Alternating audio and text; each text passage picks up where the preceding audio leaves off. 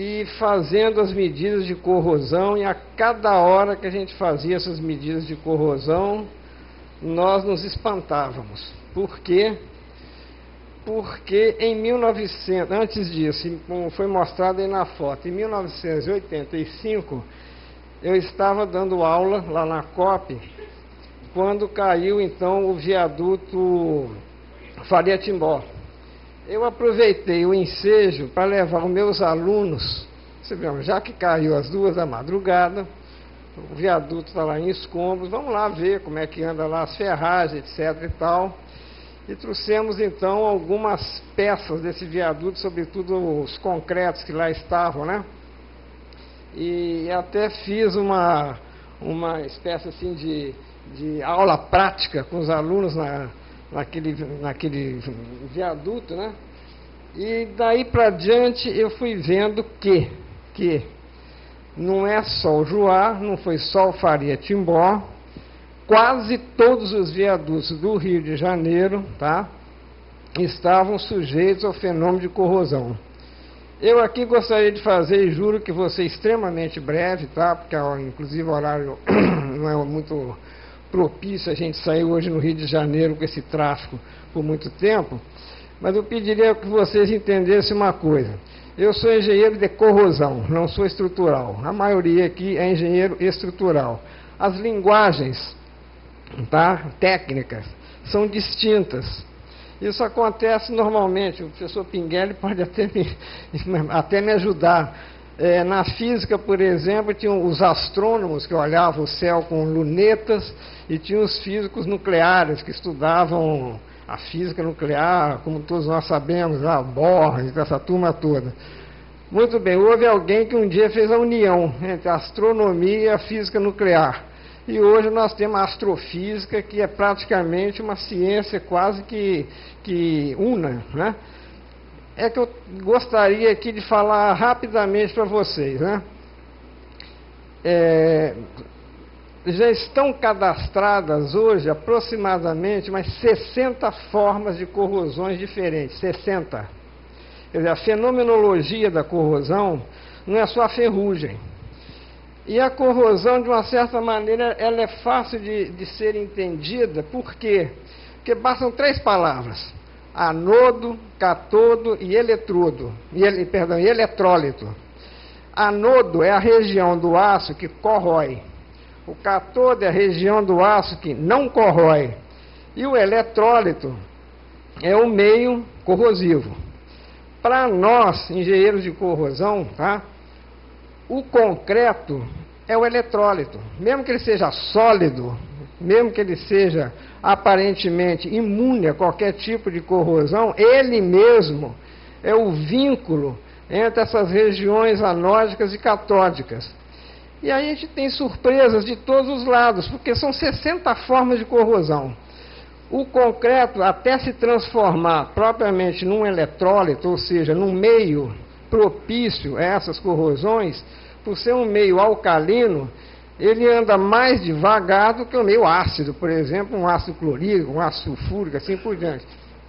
Isso significa o quê? Significa que as estruturas de concreto levam mais tempo a se dar conta que está sendo corroídas do que, por exemplo, numa pré-sal, numa usina de alta corrosividade química, assim por diante, tá? Dito isso, o que acontece? A primeira impressão que todos nós tivemos no Juá foi por causa da orla marítima. Assim, bom, todo mundo sabe que a maresia, a famosa maresia, ela seria a causa, o eletrólito principal. No caso do Juá, não é verdade.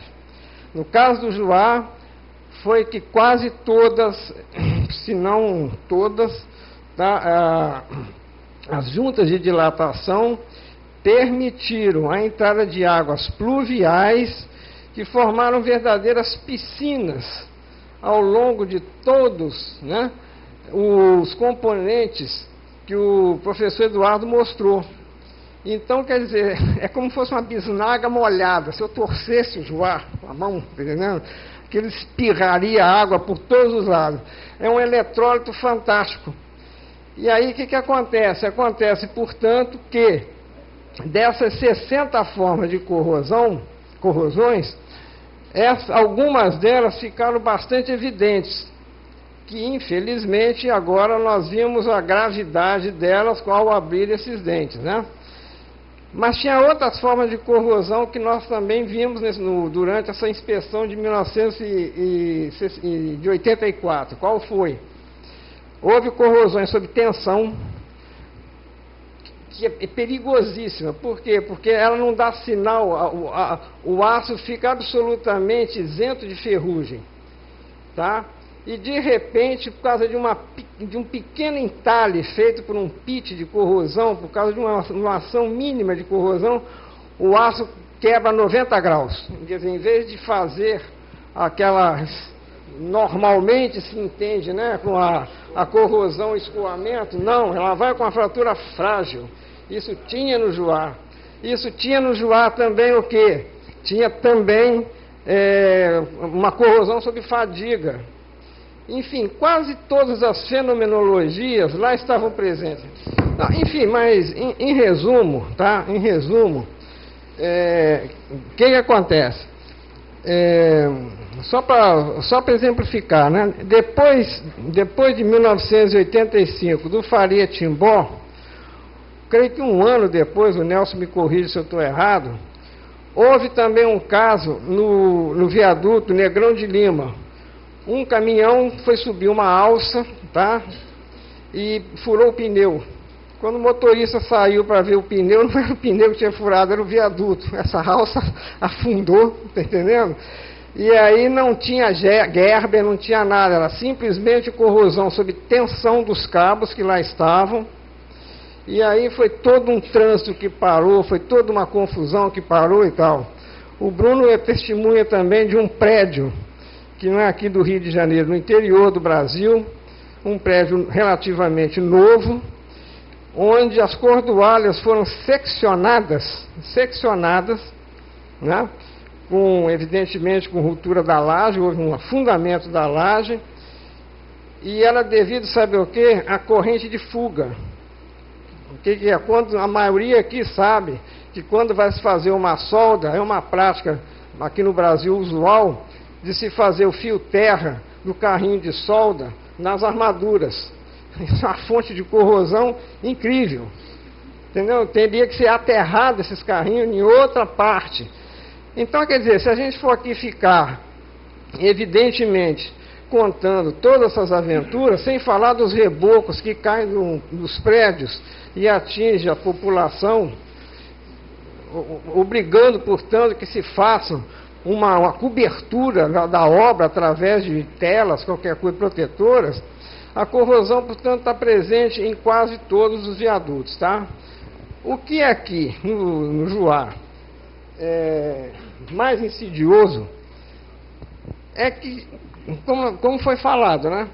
Desde a recuperação feita pela Jatocrete, pela Concremate, nos anos de 1988, 87, não é?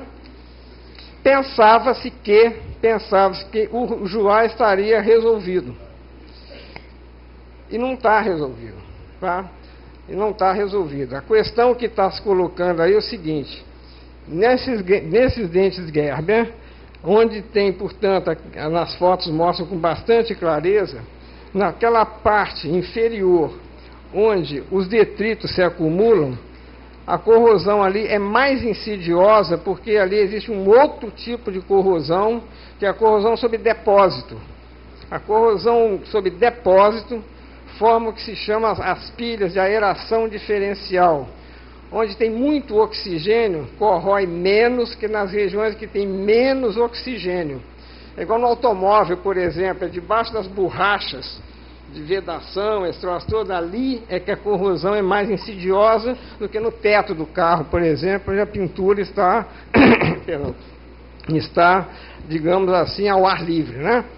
Então, essa situação que foi aqui reportada pelo professor Eduardo, nos leva a crer que o momento é mais do que oportuno. Eu acho que chegou o momento, tá? Se a gente agora visualizarmos aqui as condições ideais, propícias, tecnicamente referendadas para uma intervenção radical. O que o estudo levou em conta e que foi apresentado aqui com clareza foi esse cenário. Daí para diante, é o clube de engenharia, são todos os técnicos, são todos os engenheiros estruturais, é toda a logística, né, da própria obra, como ela deverá ser feita, que a COP aqui está propondo, em última análise, né?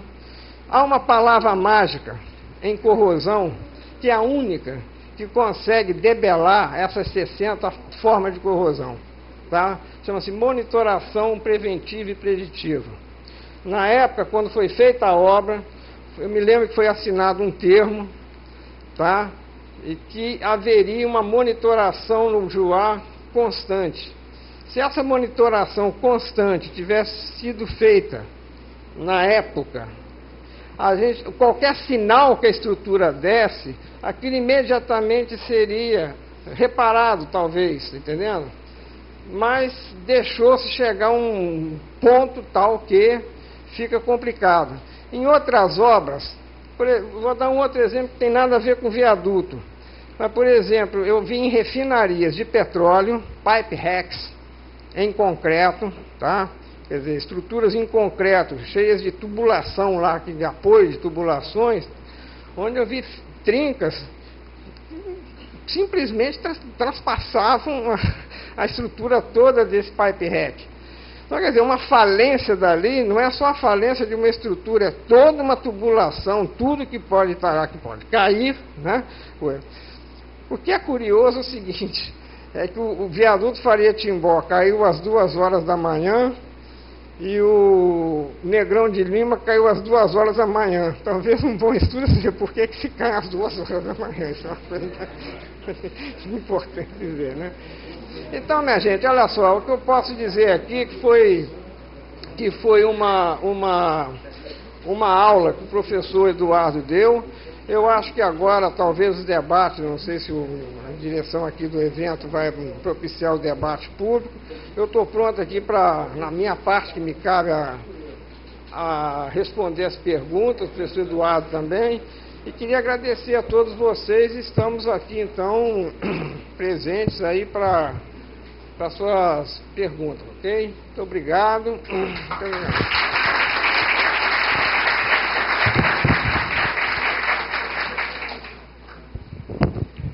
Obrigado, professor Miranda, pelas suas explicações. Vamos agora, então, dar início aos debates, que eu não sei, existem microfones avulsos aí disponíveis, não? Alguém tem aí? Seria bom que fornecesse, porque a pessoa que for fazer a pergunta vai precisar do microfone para ficar gravado.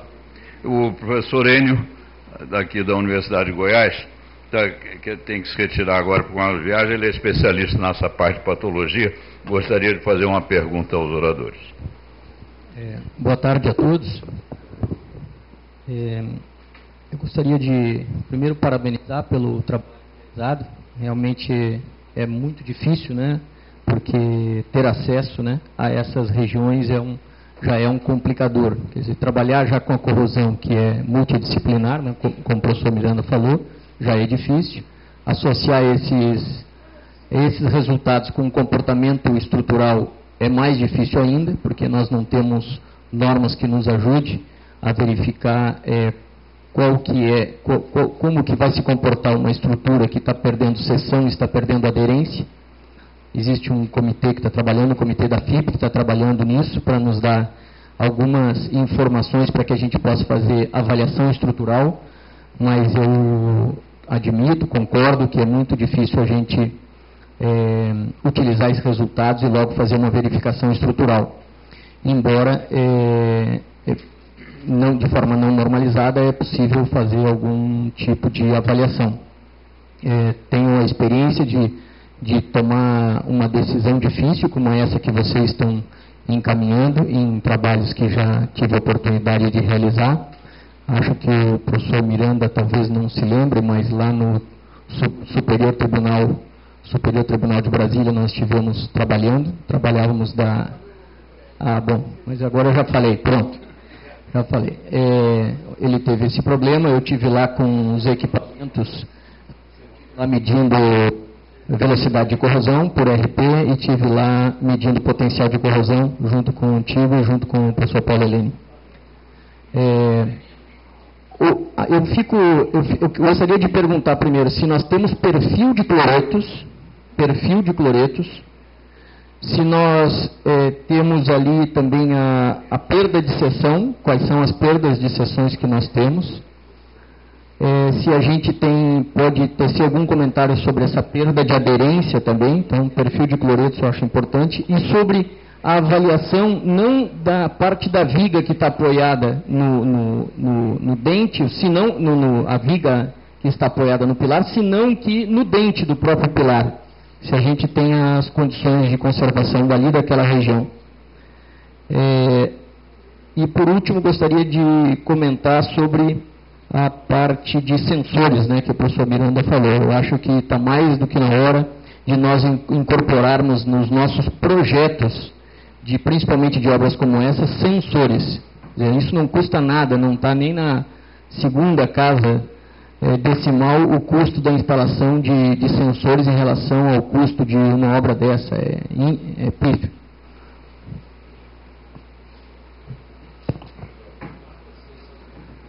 Bom, quanto ao problema da aderência, eu deixo para o professor Eduardo, tá?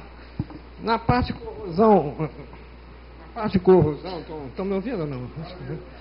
Então, o que acontece? Na primeira inspeção, tá? Na primeira inspeção, nós recolhemos a água que conseguimos obter de dentro das vigas, dos caixões, tá? E fizemos curva de polarização. Quer dizer, partindo do potencial de corrosão, fazendo uma polarização anódica, a corrosão era realmente assim, não dava nem para a tangente, o beta A lá, enfim, era tão rasante assim, que a corrosão era praticamente quase que total, tá? Ou seja, corrosão uniforme, por assim. Acho que agora está ligado. Agora está ligado. Bom. Então, corrosão por cloreto, nós fizemos teste de cloreto dessa água do interior do viaduto. Não tinha, evidentemente, o teor de cloreto da maresia, mas tinha o teor de cloreto das águas de chuva, que incidem sobre ali. Isso foi um dado muito importante, isso tinha no nosso